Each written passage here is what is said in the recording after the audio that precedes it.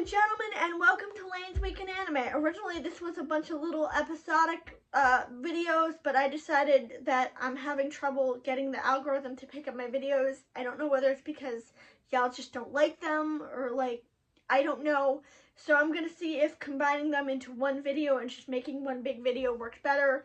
As you can see from the thumbnail, I have 3 categories right now. In the green means I like it and I want to keep watching it. In the yellow means I'm iffy. I'm not sure. Oh, that was one of my water cups. And in the red means nope, not continuing this. I will get as far as I can, but I'm going to drop it probably. And there's only one show in the red right now, but we will get to that. We are going to start with the shows that are in the green. The simplest one is Mecha Ude or Mecha Ude.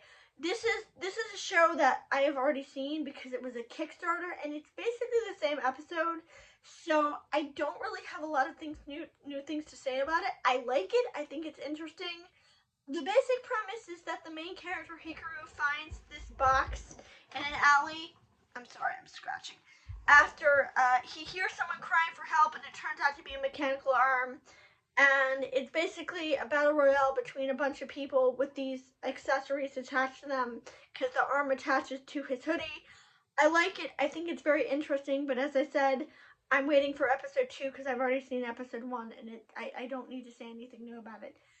Acro Trip is a show I knew I was going to like, but I did not know how much I was going to like it, and I did not know where it was going.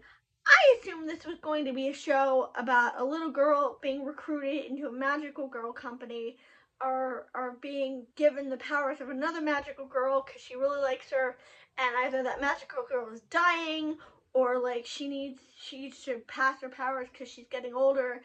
And then she works for a company, the company that this magical girl works for. But no, that is not at all what we got. In fact, I like what we got a lot better than what I had cannoned. Basically, the premise of the show is that the main character, Chizuko, does like this magical girl, Berry Blossom. She comes to a city, I think, to spend time with her grandfather, but it's not really made clear why she comes to the city. But I'm assuming it's to spend time with her grandparents. She meets this magical girl. She really, really likes her. But one day, she is approached by the villain who the magical girl is fighting. And the villain offers her the chance to see this magical girl whenever she wants by basically teaming up with him and helping him. And the villain is a giant man baby. The premise, he's, when I say he's a giant man baby, I mean he's a weakling. He's afraid of everything. He has barely any power because his powers get reset at the end of the month. He needs her help with basic things like moving a broom out of the way. It's absolutely hilarious. It's hard to describe how funny this show is because her interactions with him are basically being like, dude, what's wrong with you? Why can't you deal with this yourself? It's so hilarious. We haven't met the character in the show I came into this show for yet, but oh my god, this show, if y'all know the casting of this show and who I like as a Seiyu and the announcements, you know this show is going to get a lot better. I also like the fact that this show isn't actually about Berry Blossom because it would be very easy for the show to devolve into her and her struggles. But no, it's about the relationship between Chizuko and the villain whose name I don't remember. Her grandparents are also there, kind of, sort of. They're just basically there for moral support. But it's very funny. It's very well drawn. And the final show in the green category is Aono Exorcist Season 3. It basically leaves off where the last season left off, in that the characters are all struggling with what happened. Especially Bon, because if you remember last season, the pink-haired one, I don't remember his name, but he left the group because Mephisto sent him into the Illuminati as a spy, and he didn't tell anybody, so he basically betrayed all of his friends. And now Bon is struggling with this fact because they don't trust him, and Bon has lost his way as an exorcist. Now, I know what you're thinking. Well, this seems like a lot about him, and maybe that's a bad thing. But no, I actually think that's a very good thing because he didn't depict it as mostly a musclehead this entire time, and it's really nice to see him have a character arc. It also introduces Lewin, who is a new teacher at the academy, and that factors into the bigger plot, which is the demon activity has been ramping up, and the exorcist exams have been moved to a month from now. So everybody needs to study much harder because they all need to become exorcists to deal with this problem. Meanwhile, Yukio has been going somewhere. We don't know where. And Ren doesn't know where. And I'm surprised he isn't more freaked out by it because it's very clear that everybody in this situation is doubting themselves. Yukio is, as you remember, doubting himself because he is being fed jealousy by Satan or somebody. They're basically feeding him the idea that he's inadequate to his brother, and he has to watch his brother, get all the praise and all the accolades, and he's such a good. I'm sorry, I'm having a little bit of trouble speaking, but basically, Yukio is becoming jealous, and I think, as I remember, he eventually joins the Illuminati. Don't hold me to that, because if that's a spoiler, I apologize. I think that's what happens eventually. But it's still a good show. Not a lot happens mostly. It's mostly just catch up, but I still really like it. That does feed into the yellow category though, because the first anime in the yellow category is ReZero Season 3. And this is not in the yellow because it's bad. This is in the yellow because it is way too long.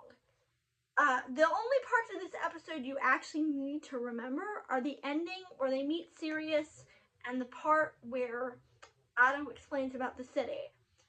The rest of it is just random bullshit that does not add anything.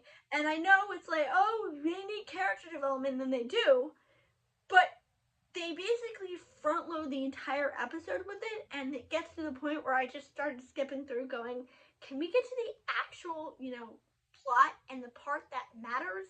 Because none of this stuff matters in the short term.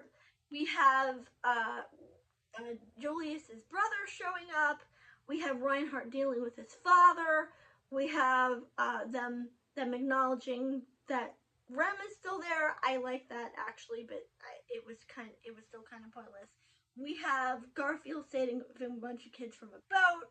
We have a bunch of stuff that just feels completely unnecessary, and like the writers originally wanted to do separate episodes, but they just decided to combine them into one. I don't know.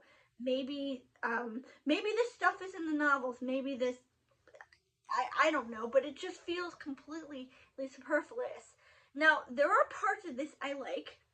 I like the fact that Anno is now getting a bigger role. He's mostly the exposition fairy, but I am perfectly okay with that because I love him to death and I think he's adorable.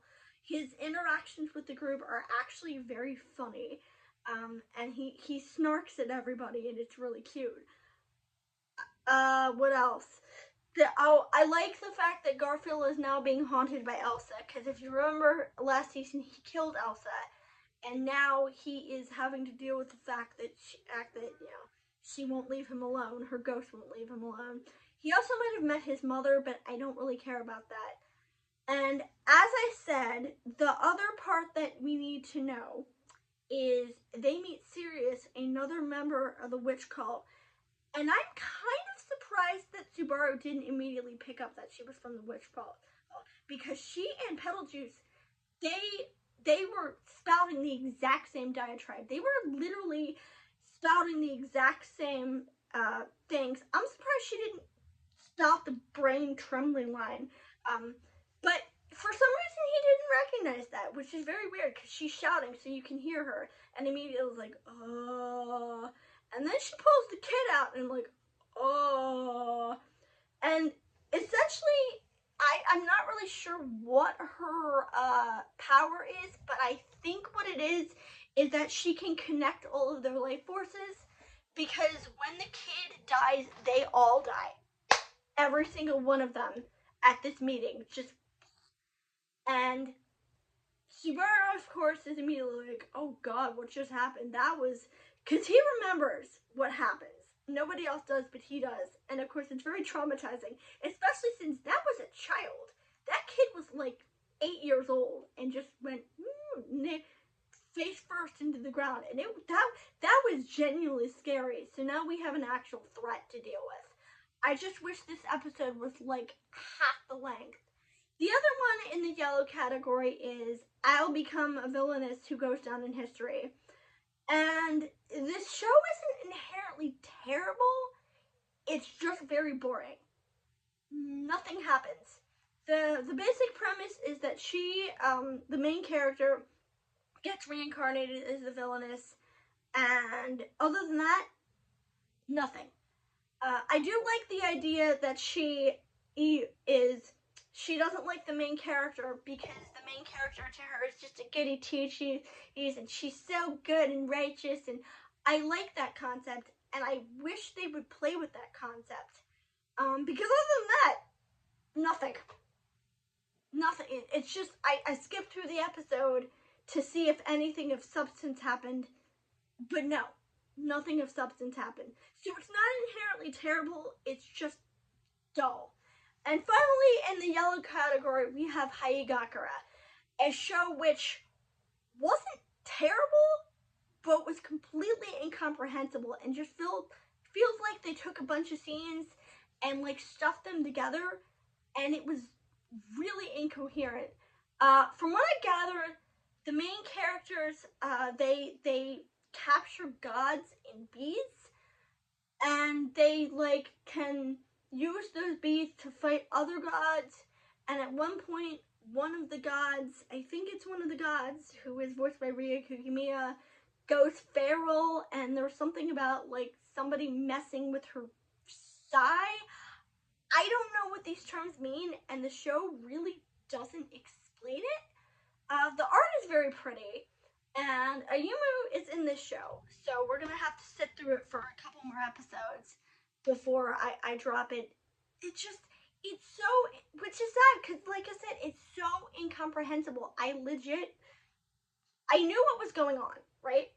I understood what was going on in this show, but at the same time, it weirdly still did not make sense to me, because I'm sitting there and I'm like, I don't know. What are you doing? Like, what is the, I guess he's fighting gods with other gods? I don't know. There is one show in the red right now. Dragon Ball Daima has not come out yet, so we're not going to talk about that yet. But in the red right now is Let This Grieving Soul Retire, and I am so disappointed that this show is in the red. But the reason this show was in the red isn't because of anything necessarily plot related. Like, the actual plot is okay. Basically, the main character, Craig, I don't know how to pronounce his name, so I'm going to pronounce it Craig, because I think that's how they pronounce it. Craig is the leader of a guild faction who he formed with his friends when he was little, but he doesn't want to do it anymore, and he wants to be left alone, but nobody else will leave him alone, basically. I don't hate that concept. I like the art. I like Ruda. I like his guildmates. The problem is Tino. Tino looks like she's about 12 years old, and she is dressed in a creepy fetishistic maid outfit, and she is constantly like doing high kicks and talking about the main character as if he's her master. I find it very uncomfortable and very, very off-putting. I know a lot of people on Reddit, at least, are like, "Oh, I love her, she's so cool," but like, no, it's creepy and it's gross. And if she sounded older, then maybe I could buy it a little bit. Maybe I wouldn't have such a problem. But she legitimately sounds like she's like 10 years old, and it is really creepy. Season 2 does a little bit to mitigate this, because we're proving that she's basically a badass, and she kicks the ass of one of the characters, and is then sent on a mission with a bunch of other characters. So at the very least, they're doing something with it. So there's a little bit of plot, but it makes me so uncomfortable. I'm gonna give it one more episode, but that's it. Also, I didn't watch it, but I watched a scene on YouTube of Dan to Dan, and it was a scene where a young woman is strapped into a machine and probed by aliens, and she is dressed in nothing but her underwear. And I was like, nope, it's not even going on the chart, because nope, nope. I have limits. I know what I like. I know what I can stomach. Could not stomach that. But that is it for now. Dragon Ball Daima comes out on Wednesday, I believe. So we're still waiting on that. But other than that, that was my week in anime. Usually these come out on Friday, by the way. But this week, or at least today, this one comes out today because I didn't get to it on Friday. But that was my week in anime, and I will see you for week 2. This has kind of been a mixed bag, but